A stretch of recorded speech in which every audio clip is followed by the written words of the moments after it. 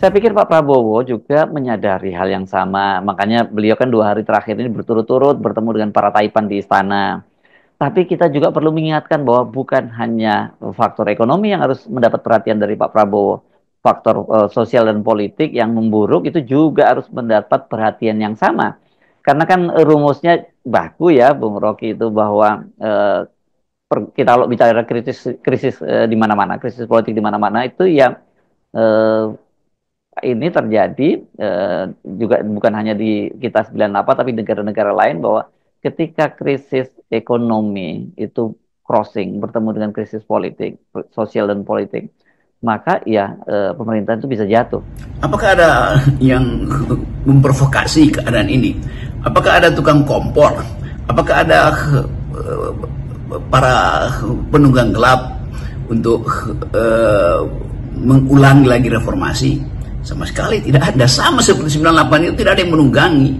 Kondisi dalam negeri kita, keretakan di dalam kabinet itu yang menyebabkan reformasi di 98. Ketidakpercayaan investor asing terhadap kondisi rupiah yang tiba-tiba jadi 16.000 waktu itu menyebabkan capital outflow, menyebabkan bank-bank diras. Kan itu semua kondisi yang disebabkan oleh kebijakan yang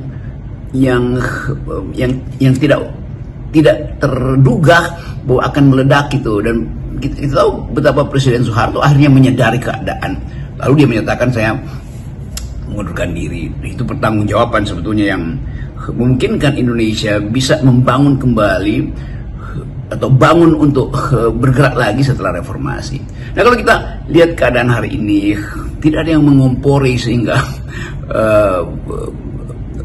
investor asing itu menahan gairahnya untuk berinvestasi di Indonesia. Tidak ada yang mengompori sehingga bahkan masyarakat sipil mulai menuntut supaya tidak ada penundaan pengangkatan pegawai negeri, karena ada kebutuhan kepastian karier mereka, dan itu ada kepastian karier hidup kan. Tidak ada yang mengompori sehingga tagline Indonesia gelap kembali diviralkan bahkan dalam versi yang lebih menyeramkan. Jadi sebetulnya kita paham bahwa politik dan ekonomi itu dia punya logika sendiri. Kalau keadaan politik itu memburuk atau kepastian politik itu hilang, maka ekonomi akan bereaksi itu. Karena setiap pelaku ekonomi juga ada seorang rasional individu yang mulai menghitung tuh apakah ada kemungkinan crash ekonomi.